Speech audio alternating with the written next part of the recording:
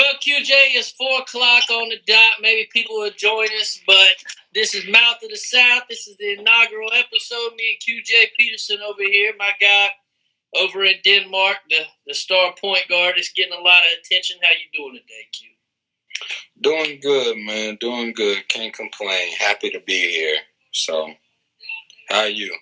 I'm good, man. I'm up in the hotel. I'm always out here making moves. What our sponsors making moves right there.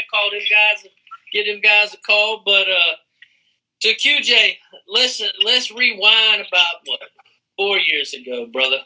For the people that don't know you, let's go back to, for beginners, where'd you grow up?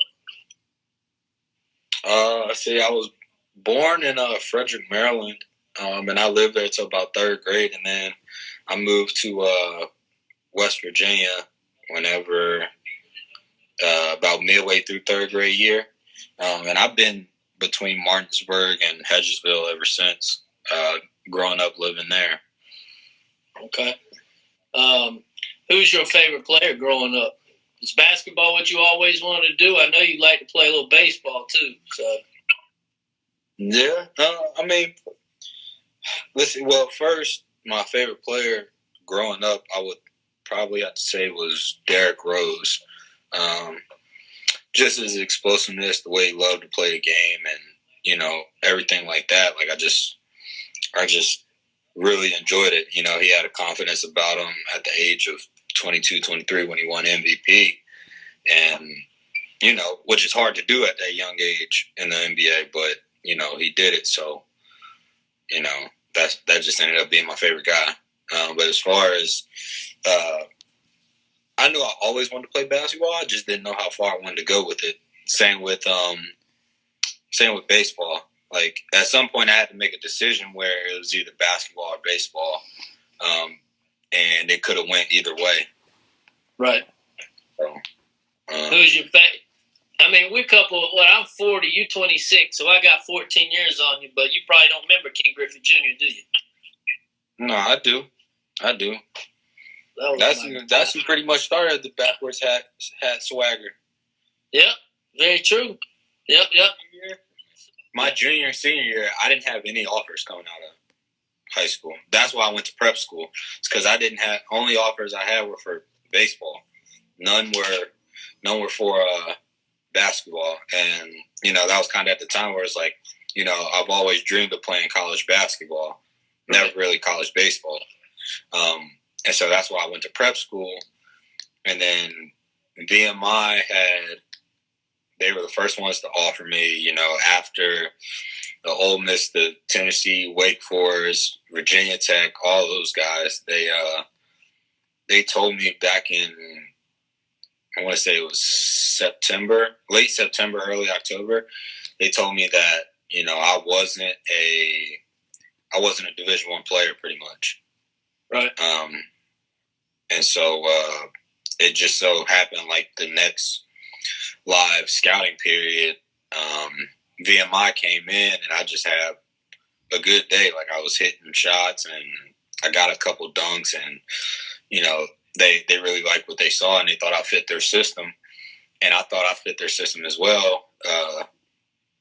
And so I went on my visit, played pickup there, and I committed while being on my visit, but I committed, signed, and then it was about December or so,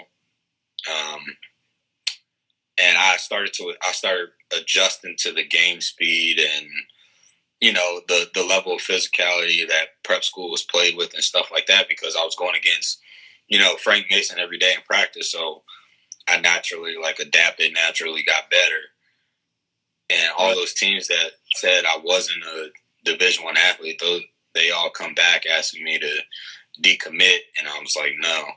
So that's why I ended up going with VMI. But then you got, later on, well, actually your freshman year, those teams that came at you, you got to stick it to them. So, I mean, you put it on Virginia Tech. I mean, don't go all into detail on all of them, but had you a couple solid games against VT you had. How much you have against VT? You played?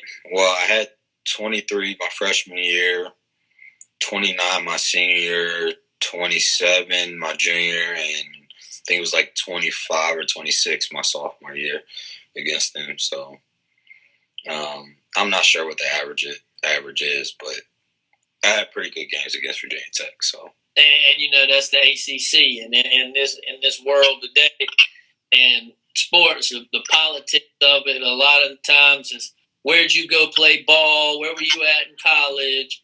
Who'd you play against? Well, you played an ACC team, and you got buckets on. So then you ended up, I think you played Penn State. You dropped buckets on Wake Forest.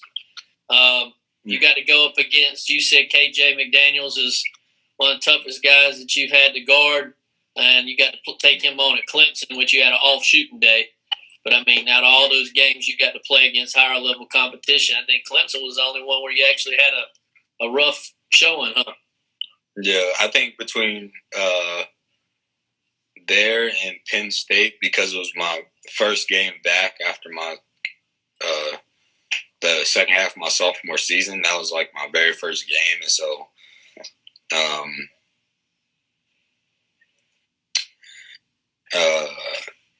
I think that was like another rough one, I think. But I think that was just because of the speed. I had to get back adjusted to everything after being out for like a whole semester. But it is what it is. I'm gonna tell you, freshman year, I played against Cody Miller McIntyre. Okay. Who's in our FB. I totally forgot about it, but I played against Cody my freshman year, and he like we talked after the game. Like, I still had a good game against him, but he talked after the game. He was like, "Yo, like you're gonna be a lot more dangerous. Like, if you mix up and keep going left, like the times, like, because we knew that you were gonna go right, and so we were just sitting on your right hand the whole game. And so he was like, you start using your left more, and it's gonna set up everything else. And so that was like a really, really huge help. Back then when I was a freshman, so.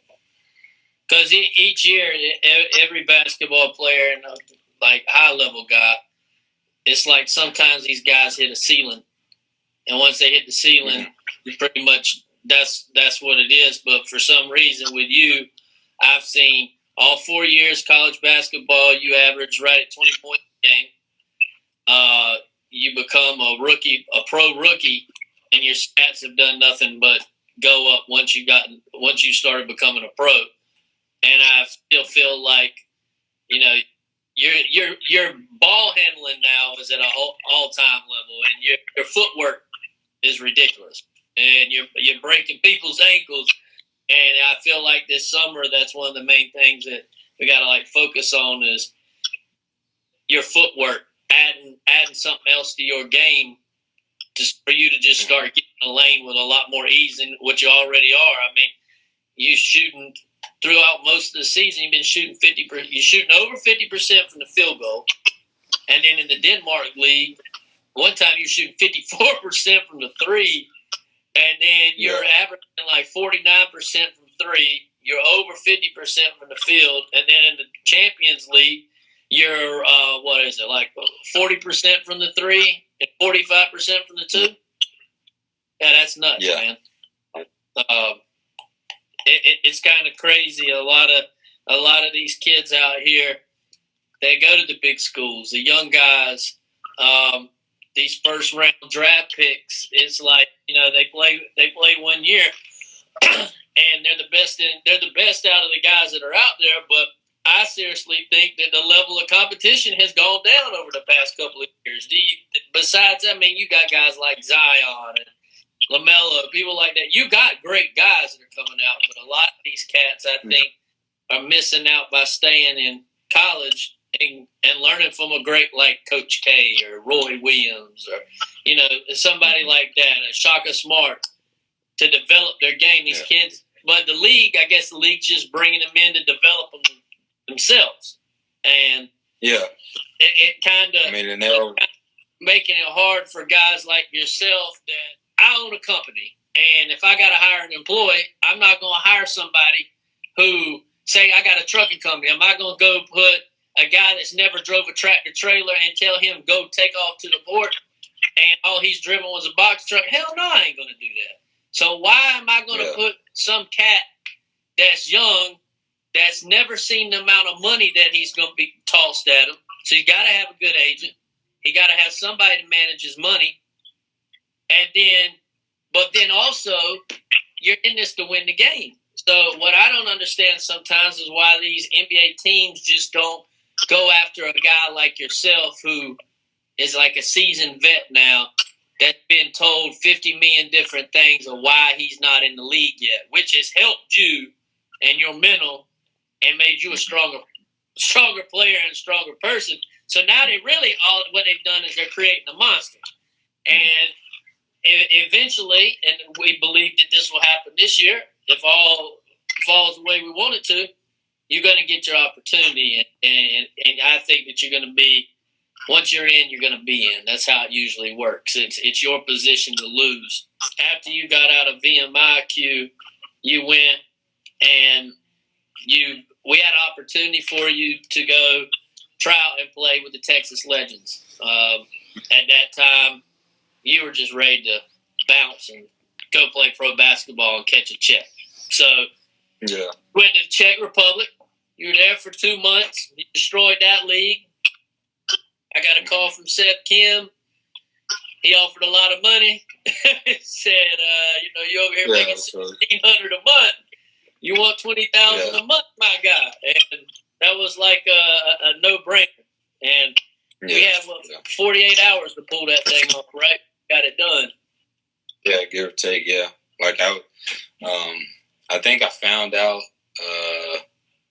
it was like the day before we had a game. Then I had a game. That next day I was going. Yeah. That's how fast everything happened. Like, didn't really have a chance to say goodbye to nobody. Like, it was super quick. Like, it was just super quick. So. And for people to relate, the year that QJ went over there, of course, it was way pre-COVID mess, and it was during the Olympics. It was during the Olympics in Korea. So, how'd you like playing for KGC? I went over there to see QJ. It was my first time flying overseas, period, in 24-hour flight. Very nice people. Came back with the word "Kamsahamnida," and I like that. But how'd you like KGC in South Korea? Oh, I mean, looking back now, like, I loved it.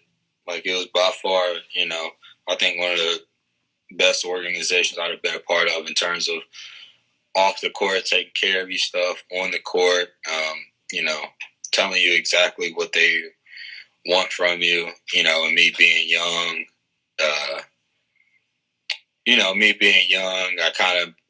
I probably took it for granted. Whereas now it's like I'm a little bit more like laid back and chill and like just starting to get it. You know what I mean? Yeah. Like but it is what it is. Like, I take it as another learning experience, and it's a part of my journey. I feel like, don't get me wrong. Hey, listen, I feel like I can help the Wizards, though. I feel like I can help any team, though. I mean, what else do the Wizards got to lose at this point? That's very true. I mean, I feel like they could use. I think the Wizards are one solid dog away from being really good. That's hometown too. That's right down the road. On Lucian can hop in the car and come see you. Yeah, that'd be what's up. So when you got out of Korea, you came back to Raleigh. We've been doing a lot here, so don't let me get these years mixed up. That's the summer you came to Raleigh. Yes. Yeah. So you moved in with me. You got to work out with. You were was around all sorts of NBA guys. T.J. Warren, C.J. Williams, Dennis Smith even showed up at Shaw one time. Y'all had a run every afternoon at Shaw and over at Garner Road at the Wayne West place, Dave West's brother. Yeah. A lot of talent out there. You got to work out with Texas Legends former coach Bob McKinnon. He got your game really really well. That first week, it was tough for a lot of y'all. We had three of y'all living with me. You, Daryl Willis, and Devin Sibley. Three ballers. Three ballers. It was about and it was about 5 or 6 of us in that group. That group went from 5 or 6 to 3 real quick. Yeah. It was I want to say it was 6 or 7, but it went down to 3 real quick. I know that. Coach too Matt. Early. Coach Matt was it's too early. Crazy. Oh yeah, straight shoot. Hey, but listen, a lot of that stuff that he was doing translates. Right. And I see it, and it's I think back to that summer, and it was funny because it happened in my last game in the first or second clip where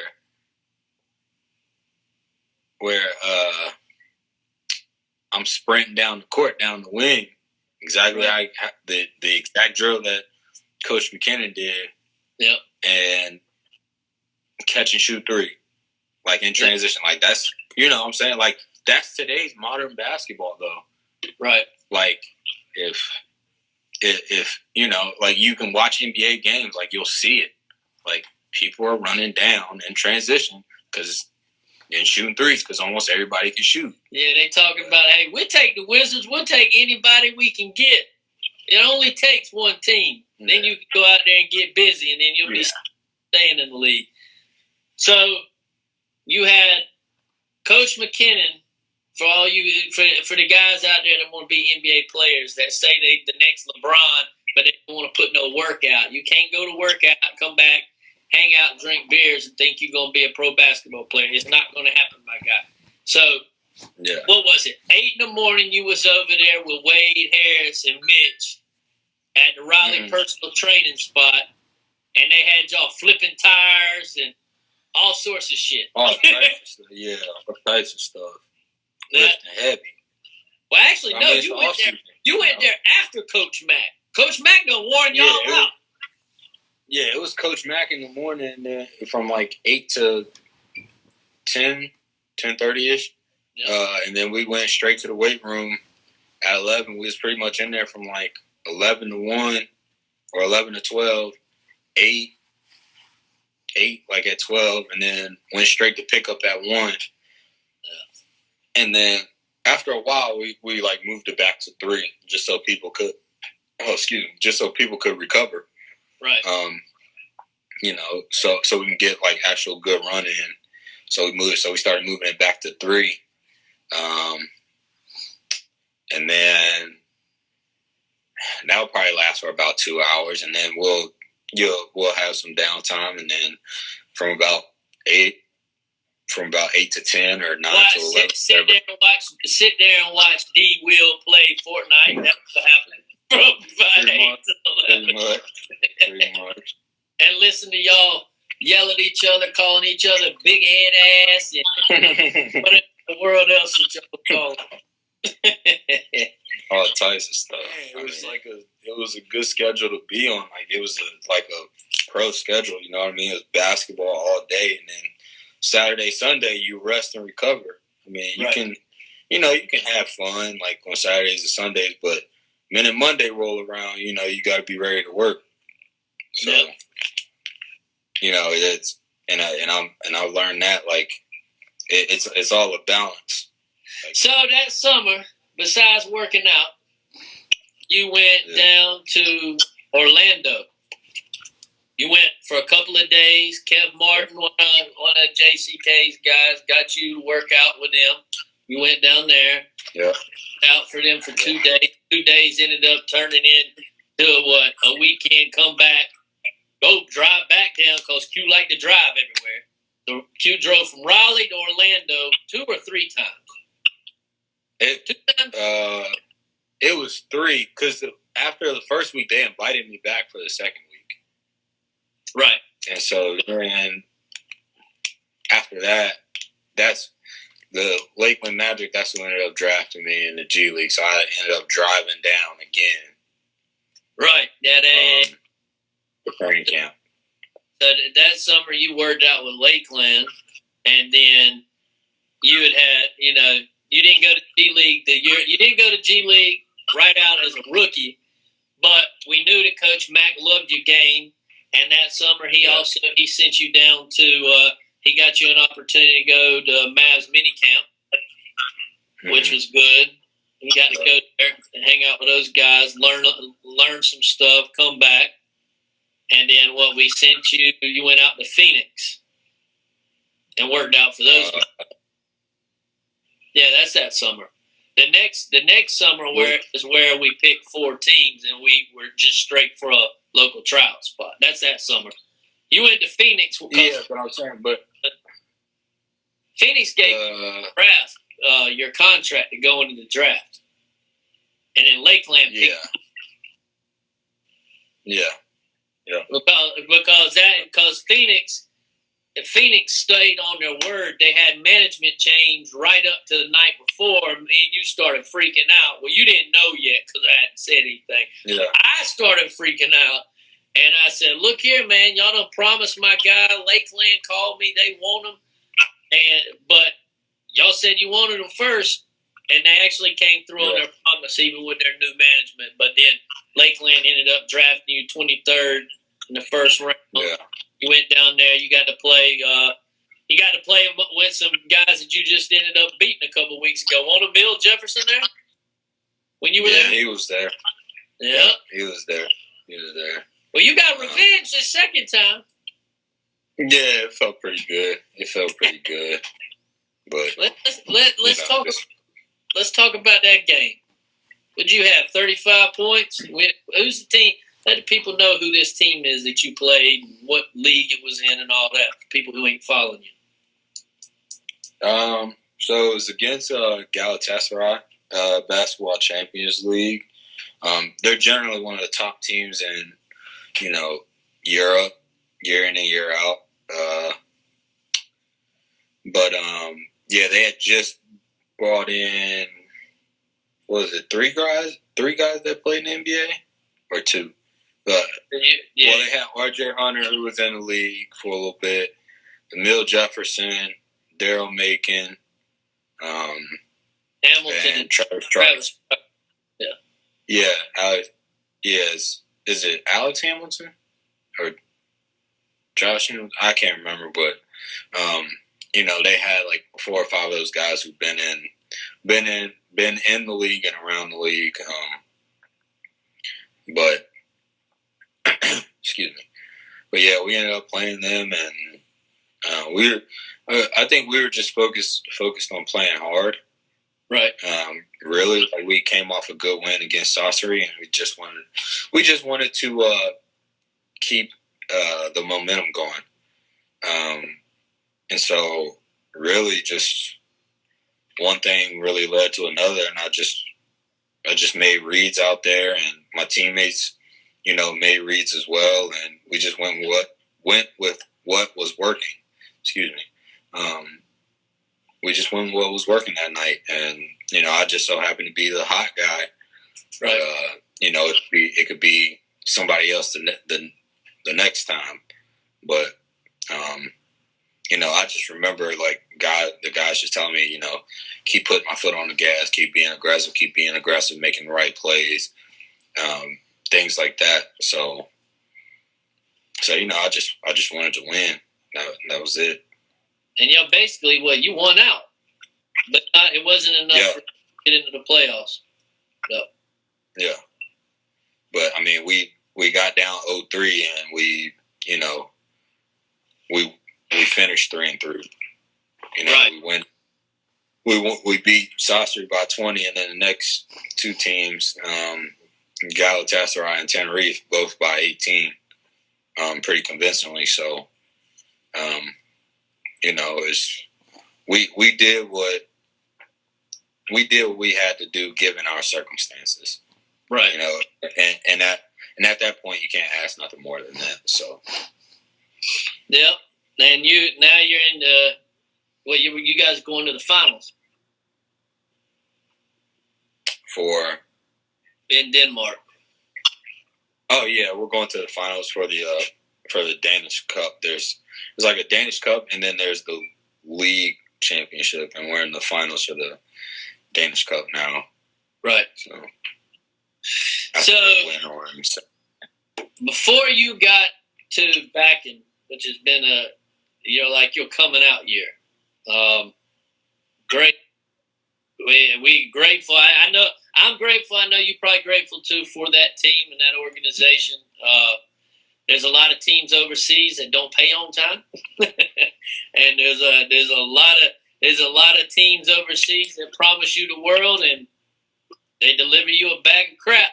And since you've gotten there, they've taken care of you and you've taken care of them. So,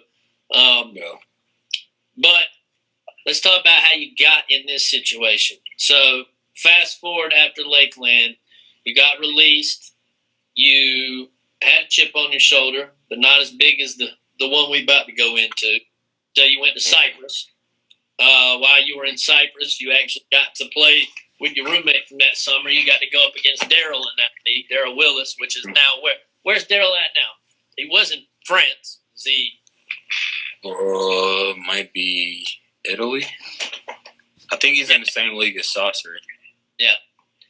So you got to go up against him. He had a real good year that propelled him for the next year, and your year went very well. And that summer, you still were hungry, and you said, "Man, I'm gonna get on the G League team." And for the guys out there that try to go that G League route, if you don't know, you have to. It's not as easy as saying, "I'm going to the G League." You got to get a contract. So basically, you got to spend money. You got to go work out in front of all these teams, and they already basically got all their teams picked out. Players might be returning, what have you not, and then you got to go out there and you've got to bust everybody. You got to be the best player in the room, best player on the court, and you got to be number one or number two.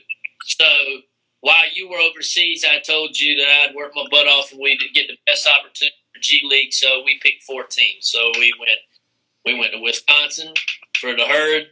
While you were in Wisconsin, you went and worked out with Josh up in Windy City. And you got playing. You left those two workouts. Got on a plane. It was bull.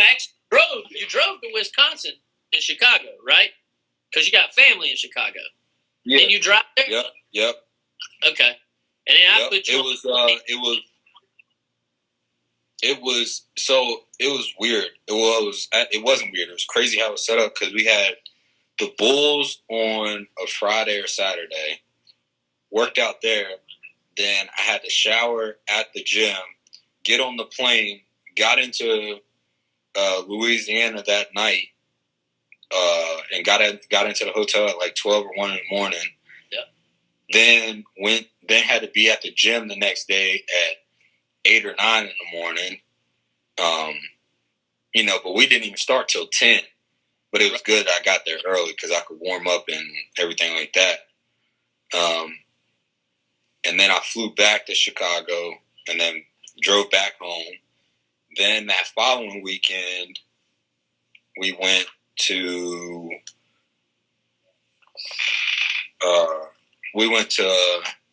that's when we went to the Bucks. We went to the Wisconsin Herd, sorry. Yep.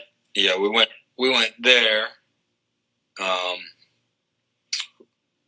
And then our last one was the Pacers. Right. The Mad Ants.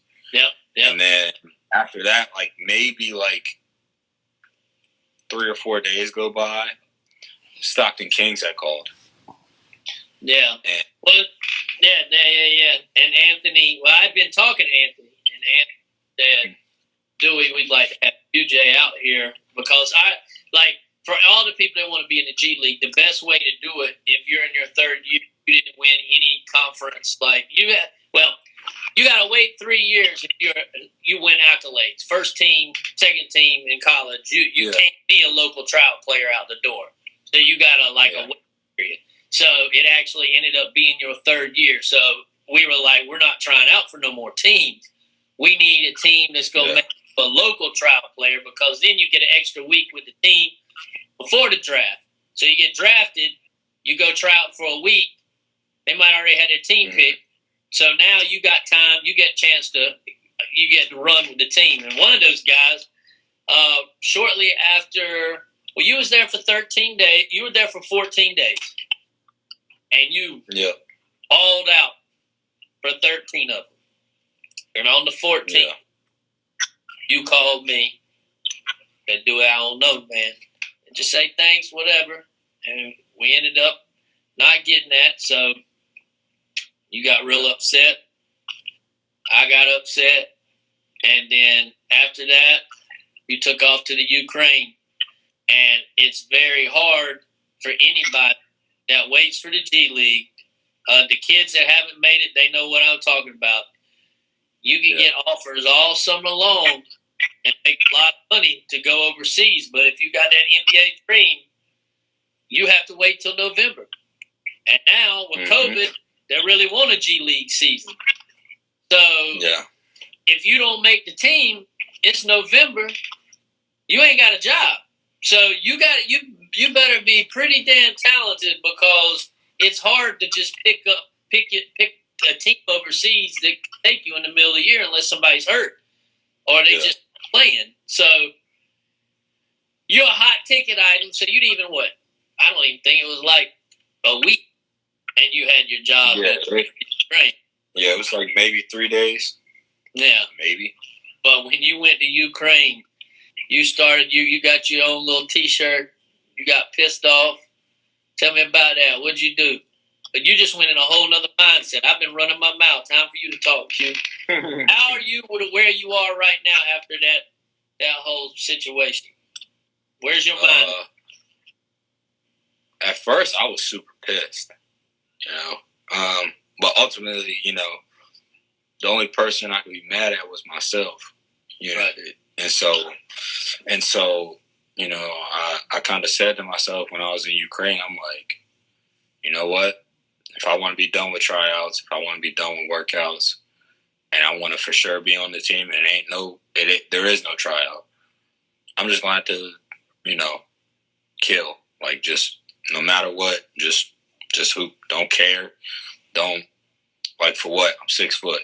Like, there's no point in me caring. There's no point in me, holding back anymore.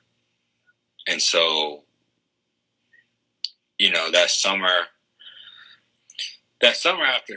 after Cyprus, I think is really when it started kicking in. That's when you got it. Left that out. We didn't talk about that. The summer of Cyprus, like whenever I got released, I was home from February till November. But, right.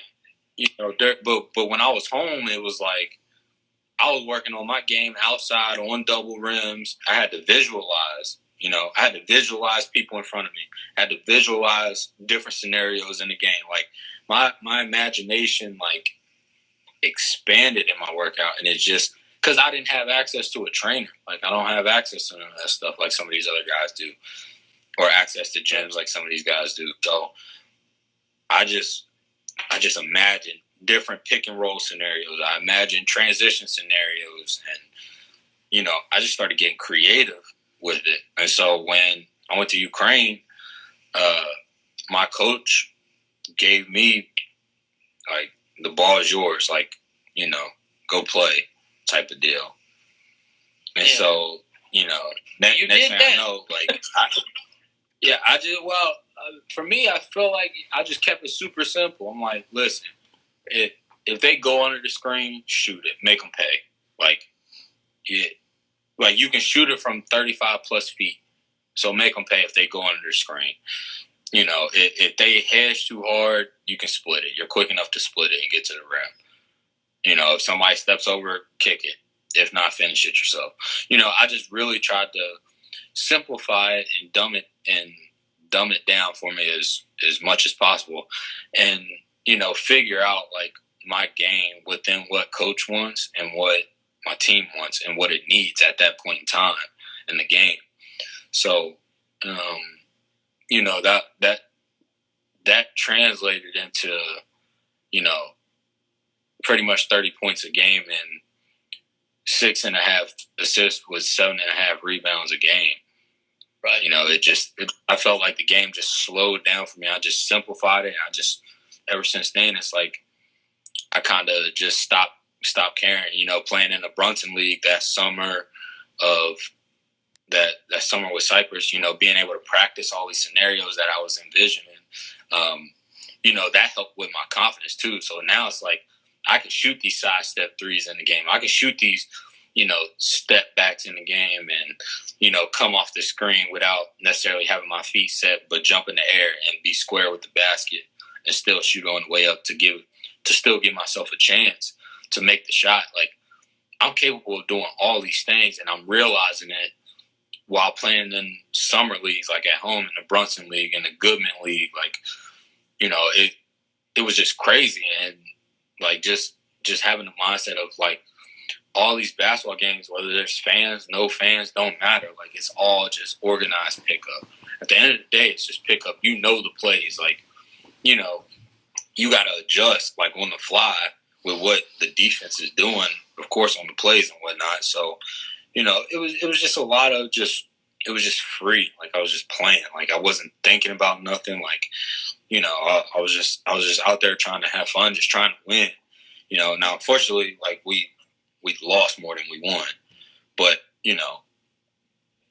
even in losses, you learn. Like, 'cause, yeah, you can lose a game, but it's also a lesson. I had a lot of lessons that year. Even though, like, personally, stat wise, like, highest efficiency rating, 40% from three and, 50% from two, and my free throws were horrible. They were like 78%, but whatever. Just all those things. It just comes from being free and just having a mindset that it's just all pickup. At the end of the day, it's just basketball. Like, just play. Like, stop worrying so much on a turnover if coach is going to take you out. Stop worrying about making or missing shots. Like, if coach is going to take you out, now more than ever, it's like, even if like my shot's not falling or whatever, like, you have to contribute in other ways when you're out there. When you're out there on the court, like, and I learned that this year too, because I'm on a way better team with Bakken. We have, we just have a lot more talent. Everybody can score on my team, and there's like six or seven of us who all average double digits. You know what I mean? So there's no need for me to, necessarily score 30 every night like I had to in Ukraine, or have to play 38 minutes every time just to give us a chance to win. Like, I don't have to do any of that stuff with this team. However, like, it's this team has made me more efficient for sure, like 100%. I honestly think that, like, and only averaging 23, 25 minutes a game, and this is like 22 points a game or whatever on, almost 50-50, 50 from 2, 50 from 3, and, 90 from the free throw line. Like, you learn to be efficient. You learn what shots are good, what shots are bad. You learn, like, as a point guard, you learn where people like to catch the ball, like, for them to score, plays to run. And so now it's like, this year, I've gotten the chance to actually be like a true point guard, like a true scoring point guard, like, like a playmaking scoring point guard, whatever you want to call it. Like, this team has allowed me to do that, and so I think that's that's expanded my game a lot. Knowing that, like, oh, I don't need to shoot that shot right there. Like, and coach can yell at me. Like, cause sometimes coach will yell. Like, he'll call a play for me or like a screen for me, and I'll be wide open. Like, but it's like if I just missed 2 in a row, like 2 threes in a row where I was wide open, you know, and it's early in the shot clock. Well, it's like if it's early in the shot clock, right, and I don't have it going, you know what I'm saying? It's just a feel. Like, so even though your coach might yell at you, like, shoot it, like, it's all right, like, so what you're missing, like, shoot, like, I know he's instilling that confidence in me, but I have enough confidence in myself that, like, coach, I can get that shot anytime I want. Right. You know what I'm saying? Like, we can run this clock down.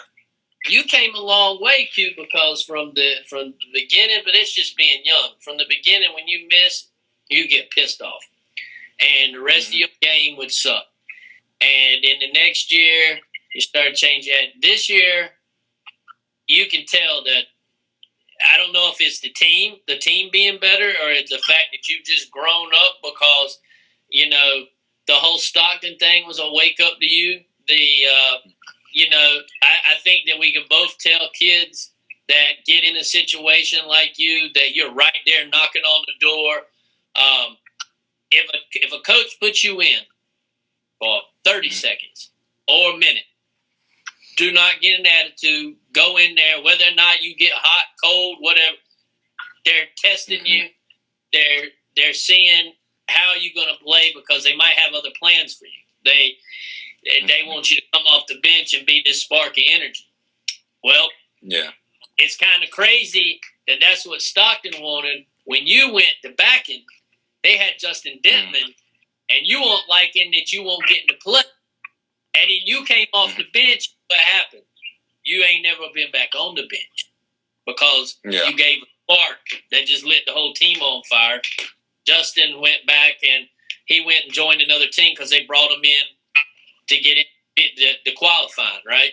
So y'all could be in the BCL and play your game at the best opportunity. So you kind of took over, and now it's your team. And you got some great players, but your game, it just keeps evolving, man. You're learning from this whole game. I always say, if your mind's not right, your game's not right. If you're talented, it's all mental. You're sitting here talking to me about shot selection. You know, it's key. A couple of years ago, you wouldn't know when to shoot it and not when to shoot it. You would just force things. Instead, now you stepping back. You being a pro. You're picking your spots. You're beating people to spots when they're guarding you. People, like, you're blowing by people in this league that you've never really been like this. Like, you got a whole new bag of tools that it's kind of like that's what we need to work on this summer. Is like you're getting all these Kyrie moves, and it's like some players don't have that talent to where they can keep going up. And for some reason, dude, you just impressive. And I think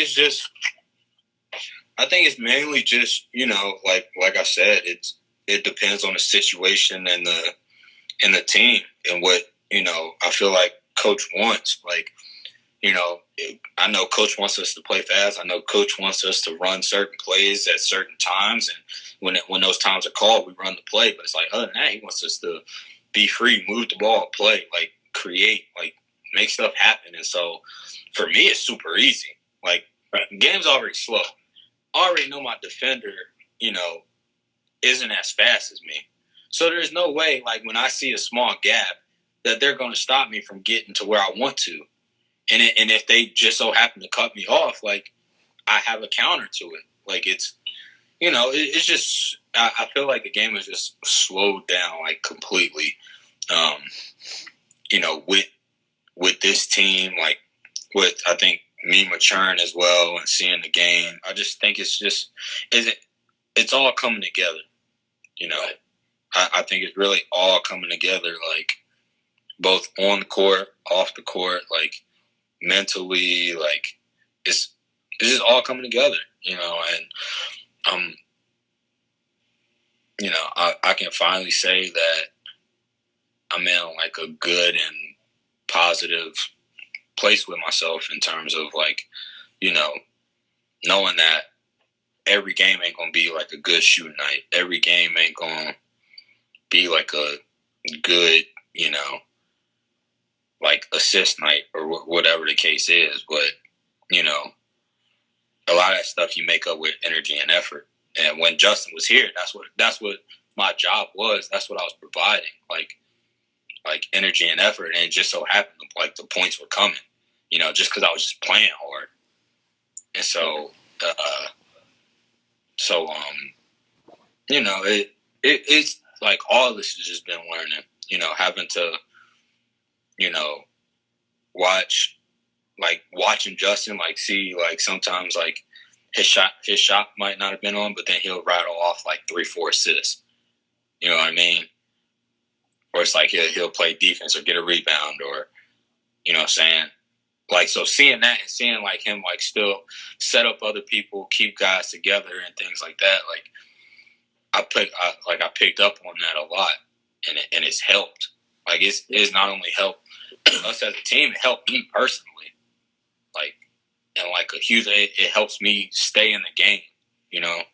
Whereas like you said before, like if I was missing shots or something like that, like I was out of the game. Like I'm pouting, like, oh man, my shot's not on, I suck. Like, you know, it takes that me focus away, like versus like, hey, like we still like it's a we thing rather than a me thing. So Yeah, well, I mean, you look at your stats from like when you were a rookie pro. You're sitting there. It was QJ's a walking bucket. Okay, the kid's going to score the ball, and there's always excuses with NBA personnel like, all right, we got to score. We got Dame Dollar. We got Kyrie Irving. We got whoever that can score the ball. You're 6 foot. Yeah, you got a 43-inch vertical, but what else can QJ do? So, through these 4 years, every year you're adding something new. And it's like now you got the assist. I mean, you're messing around and getting close to getting triple doubles every game. And it's like watching your game now compared to watching your game pre-last year Ukraine to now is like that was just it, man. And it's like you said, the game must be slowing down for you. But that's what separates NBA basketball players from just regular pros. And I've never seen you ever have like this chip on your shoulder that you think that you're better than everybody. You just go out there and you do what you got to do to get buckets. And now, I mean, some of your fans, most of them know, but you're engaged. You got your girl over there. I was glad she came over there because she took a lot of stress off of me. I think it took a lot of stress off of both of us, honestly. Yeah, your game's. I didn't know what was going to happen, and I'm glad everything worked out because you just keep getting better. Dude. It's crazy. That's why I know that you're going to be in the league. It's just another summer workouts. We just got to pray this stupid COVID thing goes away, man, so we can get the opportunities that you deserve, you know? Yeah. I mean, and I think it will. I think the NBA is doing a good job with it in terms of getting ready to have players vaccinated if they already aren't vaccinated. But yeah, I mean, I guess we'll just have to see. It's all a process. Now, you know, we put that little sneak peek to this podcast on there. You was talking junk to James Harden. Now the people that didn't know about it, that summer you went to Mavs mini camp, and while you was there, I called up old Jimmy Pollis and said, "Hey, let my guy QJ over and work out." One day turned into Dewey. Can we have him another day? So talk about it. How'd you like your experience with the Rockets? I thought that was another another good experience. Playing against James Harden, watching. I didn't get a chance to play against Eric Gordon. I think he was just there to work out. Right. He didn't want to play pickup. But watching him just shoot the ball like the same way every time consistently. Some shooters they shoot it the same way every time, right? Like you got Steph shoots it the same way every time, like Eric Gordon, a lot of great shooters shoot it the same way every time. And, for me, I haven't been one of those shooters. Like, I can honestly say I don't shoot it the same way every time because sometimes I can't shoot it the same way every time, given my height. And so I've learned to adjust, over the years and be able to get my shot off over taller people, shorter people, doesn't matter. I can get my shot off now. Right. And I don't need to shoot it the same way every time. So, and I think that's one of my strengths is being able to do that.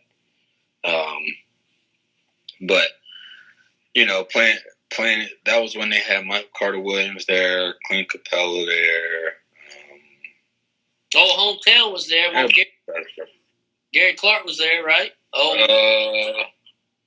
I think he was there. Yeah, I think Gary was there. He was there. But we ended up playing pickup pretty much the whole time, and I got to guard James Harden. He's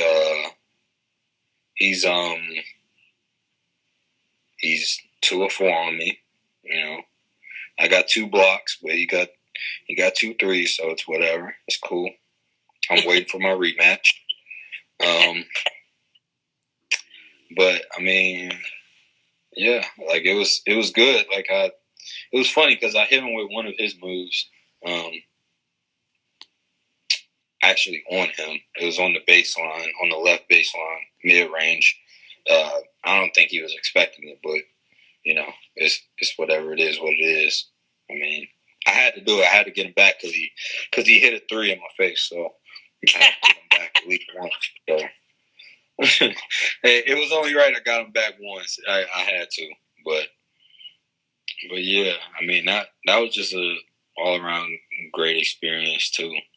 Just seeing how he was coming off his MVP season then too, and so he was losing games in pickup, and so people started to walk over to get water, and he was ain't nobody tell y'all to stop. Everybody stopped getting water and came back out on the court, and we kept playing. But it was I didn't go get water. I was I'm good. I'm ready to go. It's whatever. I can get water later. But hey, hold on. I remember that workout because I talked to you when you was down there. Did you give James a bucket with the twisted ankle? Oh yeah, that was the second day. That was the second day because the first day I twisted my ankle, and I was like, "Dude, it's kind of bad, man. I can barely walk." Yeah, that's you tough that out. I'm gonna just thug it through and just try to, see what I can do. And I made it through the day. Still did pretty well too. Made it through the day. That's when I got the bucket on him. But yeah, that was an experience for sure. It was definitely I felt like I was one of the best ones out there. CP3 wasn't there. He was probably on vacation or somewhere, training somewhere else. But right. I think that's been really the main thing is having that confidence and mindset that I belong out here. I belong in the NBA. And that's been my mindset since I left Stockton. Right. And I think going into every game and, I look at my screensaver on my phone and, I just tell myself, you ain't even supposed to be here. You an NBA player. Go prove it. Go make your money. Go. Got the picture of your name in the Stockton locker room? No, it's a picture of me and my fiance, but I want a better life for us. And so, the ticket to that, I want a better life for us. So, I want to be in the NBA. I want to be in the States. Like, I belong in the States. Like, I'm an NBA player. Like, and so it's like, it's time to go make money. It's time to go, prove to everybody that I'm ready, it's time. It's, it's no holding back. Like, I know for a fact I'm an NBA player now, and I know I can help any team out there. And here's why. And I'll show them the reason after the game with, the stats. Yeah. And that's just been my mindset. That's been my mindset for the past 2 years. So that way it's like, you said I'm not good enough to do this. Okay, I showed you. Yep. You told me that I wasn't doing this or I'm not doing this well enough. Okay, I'll show you. And so it's like, for the past 2 years, I feel like I've been super consistent with not giving them an excuse. Right. Like, and I might be talking shit right now, whatever you want to say, but it's like, reality of it is, like, and I wouldn't say this if I didn't truly believe it.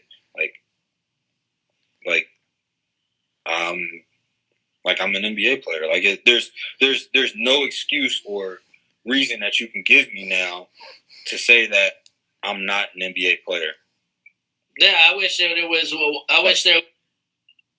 Go out there and be like, all right, 1-on-1, come out here, y'all. Who's gonna bust whose butt? Or these stats. These stats that you put up are ridiculous, and it's annoying as an agent to sit back every year. I can't say no names, but I'm tired of calling out talent that nobody thought was going to play in the league, and then all of a sudden they in the league, and it's like, maybe it's time they start listening to Dewey. Maybe Dewey should be an NBA scout. Well, you know what? I'm go on record to say it again. QJ Peterson will take on any damn guard in that league, and he will make an NBA team, and he'll get his buckets, and he'll be a great teammate, and they'll never look back.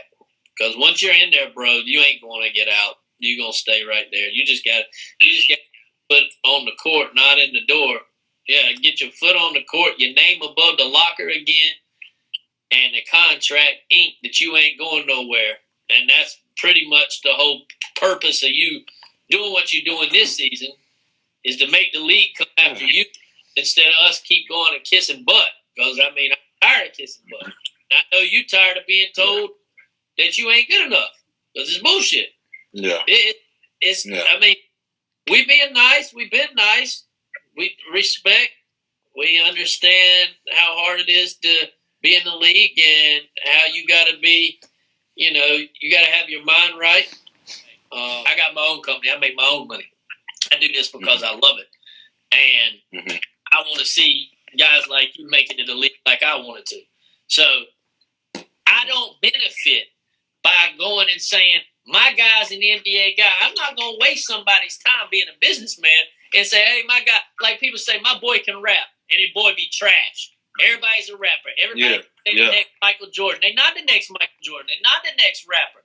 But I'm not going to waste my breath on somebody else's time if I'm actually pick up the phone and call it one of these NBA guys and be like, look, I got somebody that can play on your team, and he can beat the guys on your team right now. You need to check him out. Yeah. And those phone calls they will be placed. And they'll be placed a lot. But there's a certain time and day for that. And how I look at it, you've done more than enough this year, Q, to prove that you're worthy to play in the NBA.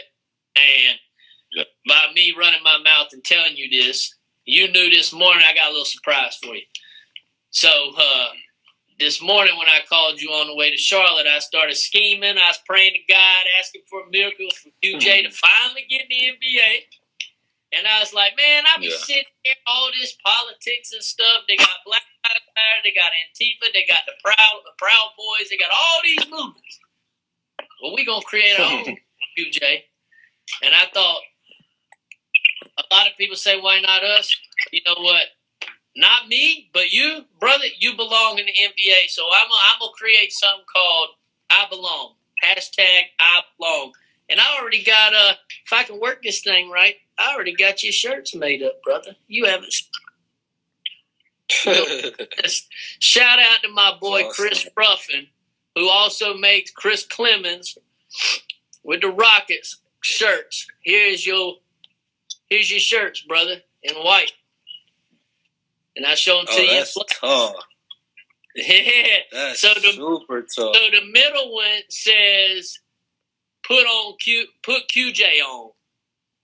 And then the other two shirts is the I Belong is a separate shirt. Okay. Now here's the black shirt. Oh yeah, that's tough. Now that's tough. It's nasty. Your pops already said, "Hey man, I gotta get a lot of these." But yeah, that white one's fire. But look, you can go on. You can try it right now. Kayla can look it up. You can go on dividetheaisle.com and you can purchase these shirts under DTI swag. It's already on there. These shirts are gonna go for $30. Now the shirt, the money is gonna go to I Belong, which will probably end up being a foundation for QJ one day. But right now, the I Belong is going to go into the plane and travel and get this man as much NBA opportunity as possible. So, whatever y'all spend on these shirts, going to QJ. But this kid right here, he does belong. So I belong. Hey, we got to get some action shots on that thing. I know, man. I wish we could blow it up. I got a few photos that we might be able to get some action shots on. Hey, hold on, cause you got me scheming now. You know that undershirt I wear, right? Yep. Tell them about it. I want I might have to get a undershirt made that I can wear like in the game that has the hashtag I Belong on it. Yep. Oh yeah, we're gonna have to get off the phone and collab something right there. You got me thinking now. Yeah, this I Belong thing just came to my head, man. But I mean, it could be a movement because everybody.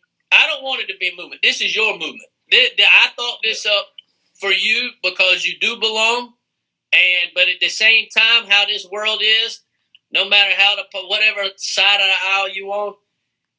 You can say we belong. Everybody belongs. But right now, you belong in the NBA, brother. So I know there ain't no I in team. Nah. But there's no, but what Michael said, there ain't no I in team, or there's an I in win. Yep. Nah. That's right. Truth be told, if and I like kind of summing everything up, for people is. If like these past 2 years, if I wasn't doing what I had to do, then by all means I wouldn't say that I'm an NBA player. I wouldn't say that. Like if I wasn't taking care of my business, or if I wasn't adjusting to the competition level that I have been, and performing, day in and day out, I wouldn't say I'm ready for the NBA. I wouldn't say I would say I don't know, Dewey, like the I Belong thing. I don't know, man. Like I haven't quite proven myself yet. Like but I'm always gonna be proving myself. And maybe that's the wrong word I'm using, but like I could just say like I haven't been doing what I should be doing. Maybe I don't belong right now, or, maybe I do need another year, or whatever the case is. You get what I'm saying? Your game just keeps excelling. So take this opportunity to tell NBA teams why you belong. Why is it your time? What else do you need to learn, you feel, or adjust your game that's going to make you an NBA player? Or do you feel like all you got to do is just go ahead and go now? Like, what's stopping you? I don't think anything's stopping me now. I think given the opportunity, I'll prove and show, I'm ready. Like I'm I'm as good as advertised, or, you know, whatever you want to call it. Like, it's, you know, like being in the, you know, my 4th season now as a professional, you learn to separate your off court life and your on court life. You know, like when you're on the court, it's strictly business, and you get in, you do your work, and you do it to the best of your abilities, and you get wins and all that good stuff. And then when you off the court, then that's when you got time for your personal life. But you never bring your personal life onto the court. Like, it don't matter what it is, and it don't matter what you got to do to get you mentally prepared to be on the court. Like, it, you know, whatever it is you have to do, like whether it's meditate, read the Bible, pray 15 times, like, you know, whatever the case is, you find what works for you to keep you mentally fresh and mentally ready for the task at hand at work. You know, and I've learned that more than anything now. Right. You know, and to, you know, it's a long season. 1, 2, anything can happen. You know, just you always have to stay mentally ready no matter what. Whether you play 48 minutes one game and then play 0 the next, or you play 12 minutes and then 5 minutes, or 1 minute and, you know, like you said, 30 seconds. Like, you just always have to be mentally ready, mentally positive at all times, no matter what. And that was and you and I, we both discussed, that was the biggest thing that I needed to work on, that I had the chance to, that I have had the chance to work on these past 2 seasons. You know, after the whole Stockton thing of shooting myself in the foot. It's like, the reason why I'm where I'm at today is because of, you know, those habits. Like, you know, in order to get to where I want to be and where now I know I should be, you know, those habits had to change. You know, like that 14th day, like the 13 out of 14 days that were good, that 14th day didn't even have to be bad. Yeah. You know, I made it bad mentally in my mind. And so it was bad. And so, you know, that's when I decided I shot myself in the foot. It's mentally when I made it bad. So if you could play for anybody, QJ, who would you want to play for, or you more just want the golden opportunity? Yeah, I just want the golden opportunity, just because I know at the end of the day, like, I won't let them down. Like, out of all this, out of my whole career, in terms of from prep school to college, from college to pro, every level that I've been placed at, given time, I've adjusted and I performed and I did well and I grew and I got better. Like, you know, the NBA draft, they draft pretty much off of potential, right? Right. And so you give those guys, because they go to Duke and North Carolina, you know, and they go there 1 year, so their potential is high. And so, you know, you think that they're gonna progress each year because they go to Duke and North Carolina, and so a lot of times guys they don't stay for their second year or third year or fourth year. You know what I'm saying? Because they think that their draft stock might drop. Right. And you know, I'm starting to realize, like, a lot of these guys that get drafted, they end up getting lost. And they end up, getting sent to the G League. And they might not even play well in the G League. Yep. And so, it's like, why not for a second pump your brakes on, and I'm not saying for everybody it's like that. Of course you got the Zion, the RJ, the LaMelo, and all those guys. Like, I'm not saying that everybody is like that. You know what I mean? But and so I feel like more times than not, that's what happens. They bounce around from team to team, end up being like they don't end up progressing like they thought they were going to, and then they go overseas, and then now they're overseas, and then they're back at NBA tryouts or workouts or whatever, and then they go back overseas, or you know what I'm saying? Like it's like I've just gotten to watch it, and it's like. And it's kind of like in my mind, it's like, y'all giving him a chance? Like what am I doing so different other than 6 foot and 6'4"? What am I doing so different from what he doing? Right. You know what I'm saying? Like it's not like I'm gonna just grow to 6'4" overnight and have to guard somebody taller than me. Like I've been guarding taller people my whole life. Right.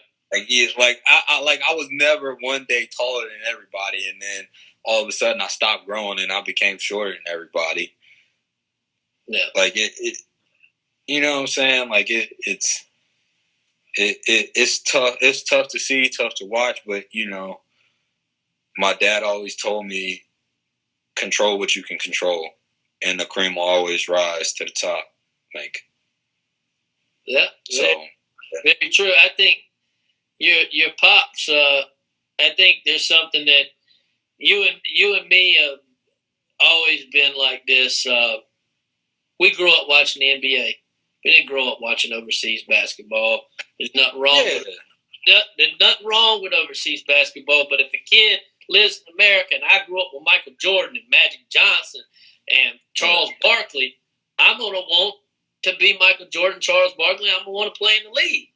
So yeah, you're not thinking about overseas, right? But I believe that you and I have also, through this whole process, have seen the same thing that your dad talked about, and then Jamie Knox, owner of the agency.